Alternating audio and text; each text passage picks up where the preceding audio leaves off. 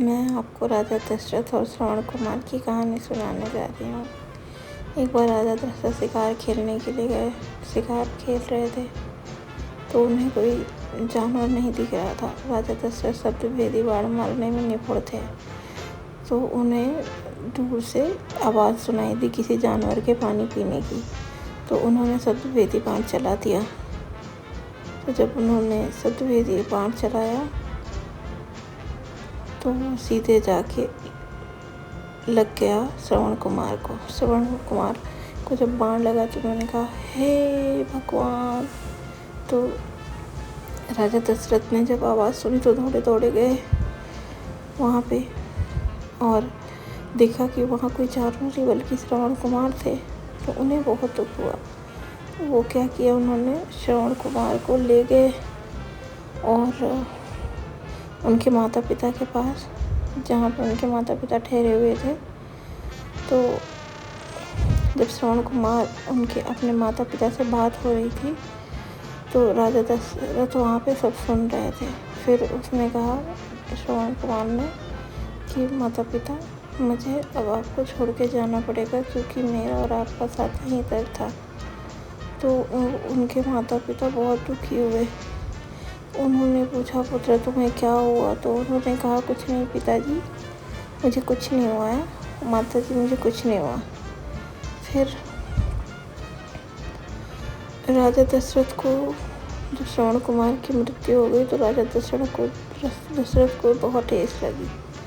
उन्होंने उनसे माफ़ी मांगी कि मेरी वजह से आपको अपना पुत्र गंवाना पड़ा। तो जो श्रवण कुमार के माता पिता थे उनको बहुत बहुत बहुत बहुत मार्मिक पीड़ा हुई। इतनी मार्मिक पीड़ा हुई कि उनके मुख से श्राप निकल गया कि जिस प्रकार मैं अपने पुत्र के वियोग में मर रहा हूँ वैसे ही तुम भी अपने पुत्र वियोग में मरोगे। तो राजा दशरथ आगे बढ़ गए जीवन में, उन्हें ये श्राप भूल गया। लेकिन जब महारानी कैकेयी ने ये वरदान मांगा कि राम को 14 वर्ष का वनवास और भरत को राज्याभिषेक, तो महाराज ने उन्हें बहुत मनाने की कोशिश की कि किसी तरह से मतलब जो महारानी कैकेयी हैं वो मान जाएं और मतलब उनके राम को वन ना जाना पड़े। पर महारानी कैकेयी किसी भी प्रकार मानने को तैयार नहीं थी। उन्होंने कहा कि क्योंकि आपने मुझे वचन दिया है इसलिए आपको अपने उन वचनों का मान रखना होगा। तो रघुकुल की रीति है कि रघुकुल रीति सदा चली आई, प्राण जाए पर वचन न जाई। इसी रीति को मानते हुए महाराजा दशरथ ने, जिन्होंने एक दिन पहले राम की राज्याभिषेक की घोषणा की थी, एक दिन बाद उन्होंने जनता के सामने ये बात रखी कि राम को वनवास जाना है।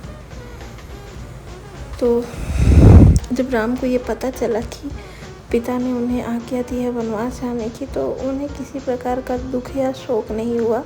उन्होंने पिता आज्ञा का पालन करने का शुभ अवसर मिला, इस बात से उन्हें बहुत खुशी हुई। लेकिन जब राम जाने लगे तो लक्ष्मण ने भी कहा कि मैं भी आपके साथ जाऊंगा भैया, और उनकी मतलब राम की पत्नी माता सीता ने भी कहा कि मुझे भी जाना है आपके साथ। तो वो तीनों वन के लिए निकलने लगे तो सारी प्रजा उनके साथ जाने लगी। महाराज दशरथ नहीं जा सकते थे क्योंकि उन्होंने ही तो जाने का दिया हुआ था कि तुम्हें जाना होगा वनवास। तो जब उनके राम चले गए और उनको राम के वियोग में जब उनकी मृत्यु होने लगी तो उन्हें अचानक से ये होश आया कि उन्होंने किस प्रकार से श्रवण कुमार को मारा था और किस प्रकार उनके माता पिता ने उन्हें श्राप दिया था कि जिस प्रकार हम अपने पुत्र की मृत्यु के वियोग में मर रहे हैं उसी तरह तुम भी अपने पुत्र वियोग में मरोगे राजा दशरथ। ऐसा सोचते सोचते राजा को बहुत आघात लगा और राजा अपनी मृत्युशैया पर चले गए। राम वन को चले गए, जनता उनके साथ चली गई। भरत वहाँ पर नहीं उपस्थित थे। भरत अपने नानके यानी नाना के यहाँ थे, इसलिए भरत को आने में जो समय लगा था उस दौरान राजा की जो देह है उसको किसी प्रकार की क्षति ना हो, इसलिए उनकी देह को तेल के कढ़ाई में रखा गया। इस प्रकार राजा दशरथ को अपने कर्मों का भोग भोगना पड़ा।